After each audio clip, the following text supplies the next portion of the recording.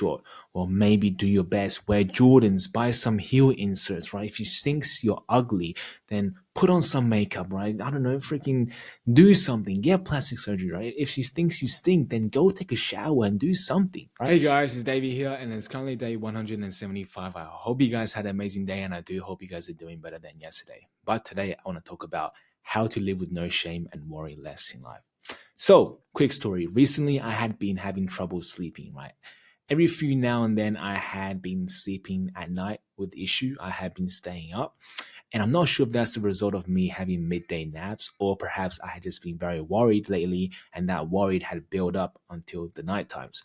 But either way, here's why worry did impact my sleep. Because when I had trouble falling asleep, I started to worry that I may not get enough sleep to perform at my best tomorrow. I worry that I won't be recovered for tomorrow's workout. I worry that pimples will start to flare up again. And with all this worry, it doesn't help me fall asleep, but keeps me awake, creating these what if scenarios. And that may or may not happen. But also, it also could be avoided if I just went to sleep, if I just stopped worrying and lived on today. But I didn't. I was worrying, and that led to me with a lot of restless nights.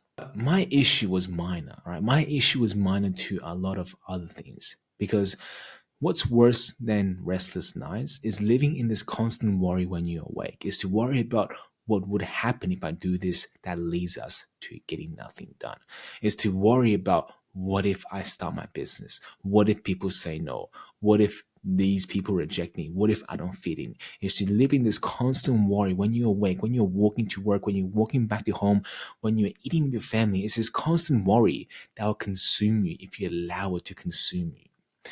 Living in worry doesn't serve you. All right. The issue with worry is that it doesn't actually shield you from any danger that you may or may think, but it actually holds you back from the antidote of your problems. It shields you from the happiness, right? We worry because we are not living the present. When you try to see the future, or when you try to bring back the past, you allow worry to flow into your mind. Then you make predictions. You start to make excuses and tell yourself stories that never is close to what will happen if you had no shame and acted on what you wanted to do in the beginning. And if you want to live happier and sleep well at night, then you need not to worry, guys. You need to live today as today and view tomorrow as a new day. You got to stop living today with the tomorrow and the past intact. You got to live today and make today purposeful, because there will be no tomorrow. There will be no tomorrow if you don't live today to the fullest, if you don't make something out of today, if you don't be intentional with today. Tomorrow will be the same, right? Tomorrow will be a whole new day. People will forget about you tomorrow. All right, so there's no reason for you to care so much about what may happen tomorrow, because you're not sure, you're not even certain about what may happen tomorrow. Everything that you make up in your mind is not real. It's so far from reality, right? Our emotions, the choices, the thinking we make emotionally are always so far from the truth, are so distant from the reality. So live today with no worry. But there are times when we are already worried. So what if you are already worried about something and you feel like it is too late to bounce back from it? It is too late to act on it because the worry had become so strong. The worry had kind of suffocated you already. Let me tell you, there's no need to worry, because as it's not too late to live with no shame, right? Coercion won't be effective by now if you're distorted by worry. So you will have to face worry head on. So admit to yourself, what is the worst that can happen to me? So, for example, if you guys want to approach a chick, if you guys want to approach a girl, and you may think, what is the worst that may happen to me? Well, you may say that she may say no, or she may call me ugly, short, or weird. But would that cost me a limb? Would that cost me my career? Would that cost me my life? I don't think so. Right? I don't think the consequence will be as bad as you had imagined it. Right? So admitting the worry face on, facing the worry head on, is to be more realistic with yourself, is to actually pull yourself from your imaginative stories and scenarios and actually see reality and actually see today as the present and actually view the worst consequence that may actually happen. So seeing your worries through is to see that you have faced worse consequence before. And most likely you guys probably have faced worse consequence than being called ugly, than being called short, than being rejected, right? You guys had all faced adversities far greater than someone rejecting you. So viewing the worst case scenario is not only giving you the idea, telling you that okay, I have faced worse, so this is just this is just like a walk in the bush. But what's most importantly too is that it actually discerns what might actually happen and not the stories you made up in your head. So when you know what to expect, you can then face it, because likely you would know what you should be doing already, but the worry had just hindered you.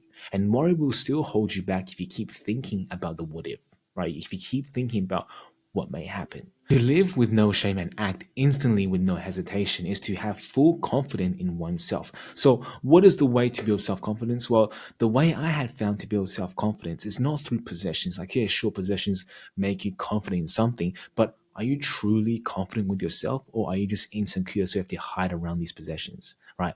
Having true confidence is to be in a state of positivity, is to be in a state of positive mind every single time you have time to think, right? Self confidence, true self confidence comes from within. It comes from things more valuable than possession. It comes from things more valuable than the Gucci bag you own, than the car you drive.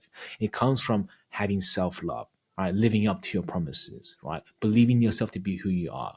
That is true confidence. And yes, self confidence does come and go. You may think that once you have self confidence, is there forever. No, it's not. One day of bad thinking will destroy your self confidence. So anytime you have time to think, which to you guys, to majority of people, to me also, is plenty of time. If you don't keep yourself busy every single day with tasks to do, you have a lot of time to think. So the a lot of time you have to think positively. All right, think good about yourself. Think about who you want to be and who you already are. Don't think about all the negative crap, because our mind can only process one emotion at a time. We cannot both think happy and sad. We can one emotion will dominate the others, and the one that dominate will be the one we think about the most. So when you do feel sad, be happy, be grateful, right? That is the only way you're going to build true confidence, and really value that, because the moment you let that slip, the moment you just let your happiness go, negativity will flow in, because your mind will be dominated with one emotion. No matter if it's hate, anger, jealousy, or pride, whatever, your mind will be dominated with one emotion. Even if you're conscious about it or not, your mind will be dominated with one emotion. So make the most use of that, right? Make that to be happiness, make that to be positivity, so you can build that self-confidence. So then one day you may actually act on what you said you were going to do. So one day you may actually face your worries. But facing your worries starts with admitting what is the worst that can happen to you. And after that, all you really have to do is try your best to minimize the consequence. So coming back to the girl analogy, if she says no, well, do what you can do best for her to not say no. If she thinks you're short, well, maybe do your best. Wear Jordans, buy some heel inserts, right? If she thinks you're ugly, then put on some makeup, right? I don't know, freaking do something. Get plastic surgery, right? If she thinks you stink, then go take a shower and do something, right? If she thinks you're ugly or weird. If she thinks you're weird, then don't act weird. Don't act so twitchy around her, right? Obviously, some examples are not the best example, but you guys get my point.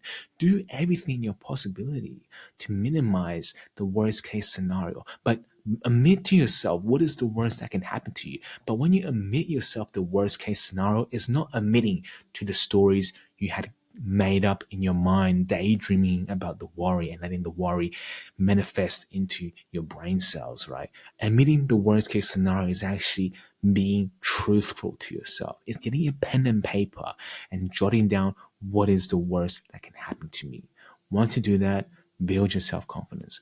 Your self confidence will come and go. So it is something that can be built today. It doesn't take long to build self confidence.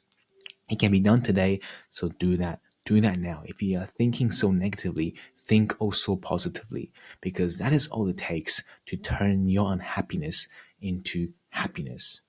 But this is all I gotta say for today, guys. Went on a little bit of rant, but it really is that easy. It really is that easy.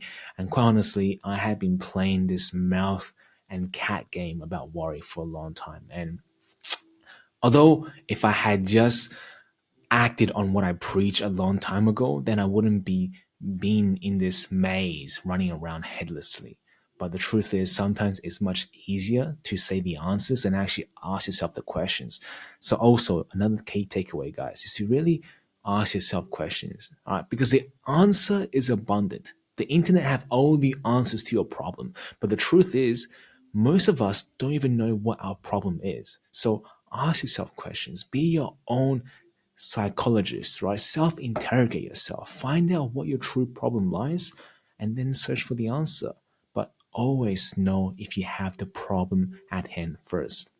But this is all I gotta say for today. I hope you guys learned something from this. But if not, like always, I'll be here for you guys tomorrow.